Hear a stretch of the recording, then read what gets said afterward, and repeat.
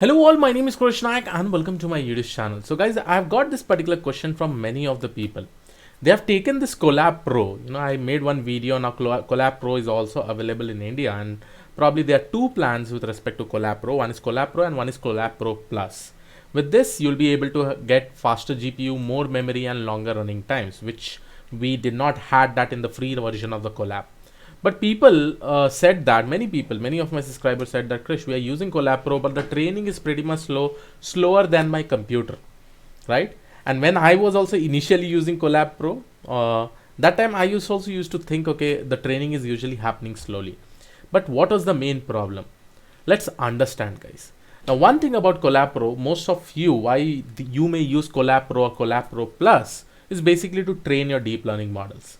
And one thing with respect to training your deep learning models, what you do, you put your entire data set into the Google Drive. Okay. So if I just open this particular Collab Pro, one of the notebook file, here you actually have an option to basically connect to the Google Drive. So what you do, you upload your entire data set into the Google Drive and then you basically train it inside this particular notebook, right? By pulling that specific data set. So you try to do all those things, right? Now, usually when you are actually connecting to your Google Drive and probably for training purpose, you have to probably push batch by batch images, right? You have to push, like suppose if you're doing some image classification, at that time you have to actually push that particular data set or the entire images, and again it will go and get stored in the RAM.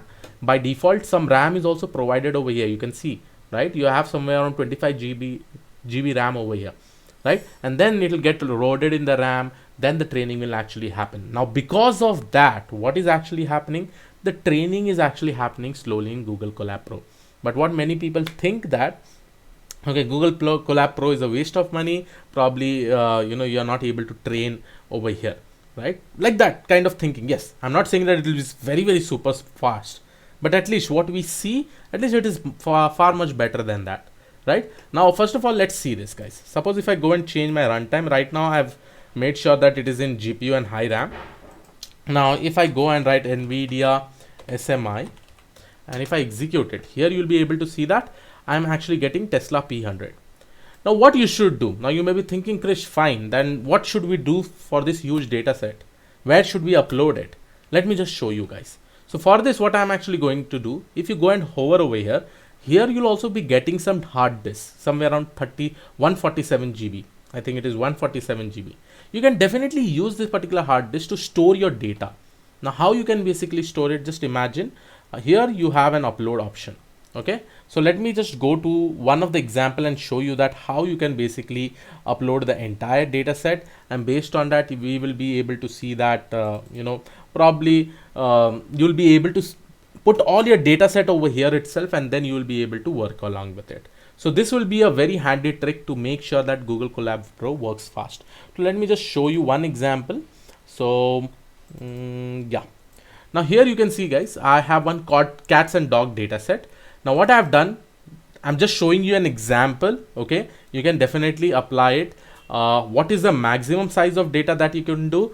Not very, very huge data, but yes, if I consider this particular example of cats and dogs, I can definitely put this particular data set over here. So guys, now what I'll do is that I will actually make this particular zip file of the test, probably change the name to data set. I'm just showing one example how to basically store this over here, and then you can unzip this particular file. So what I'll do, so here is my data set. I'm just going to move it over here, and this particular data set is obviously from Kaggle. So once I do it, you'll be getting this particular option which says that reminder uploaded files will get deleted when the runtime is recycled. It is fine. Probably it will not be a problem for me. So this will probably get uploaded very much soon. Let's see how much time it will take, but I think it will get uploaded very much soon. So here is my dataset zip file. So guys, it took somewhere around 5 minutes for this dataset.zip to get uploaded. Now what I'm going to do is that I'm just going to do the unzipping. Now in order to do the unzipping, I'll just write 7zx dataset.zip. Once I execute it, you'll be able to see that all the files will get extracted here itself. Now once I reload it, here is your test data. You have your cats and dogs and all the dogs and cats images over here. So you can actually go ahead and do like this. Now is the next thing that you can go ahead and write your image classification code with respect to deep learning. Again, once you write the code, once you do the fit, trust me, the entire training process will now become very very easy, because this will just act like your laptop where you have a hard disk. Now the IO operation, right? Before, what was happening? From the Google Drive, it was taking a lot of amount of time to pull that particular data, bring it here, store it in the RAM, do the pre-processing in batch, right? Right now, you're directly going to pick up from this specific hard disk where you have actually stored it, right? So this will definitely be now helpful, and now you can go ahead and write your own deep learning algorithms and quickly train your models. Now you may be thinking, Krish, what may be the size of the max data? Guys, as I said, that there is a limitation with the hard disk size, right? So till that point of time only you can upload it over here, and definitely it will take some time to upload all the data set.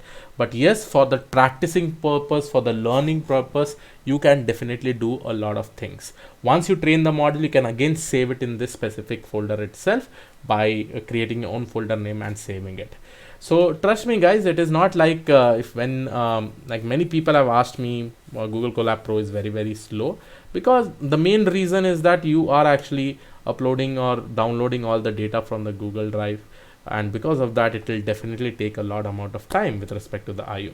Initially when I started using it, I also thought that okay, Google Colab Pro is slow, but later on I understood it and I found out the main reason why probably it is taking more time. And after that I started taking up this particular data set in the zip file, and then probably unzipping it over here, and then probably writing the code. So definitely you should try it out, have a look on with respect to this.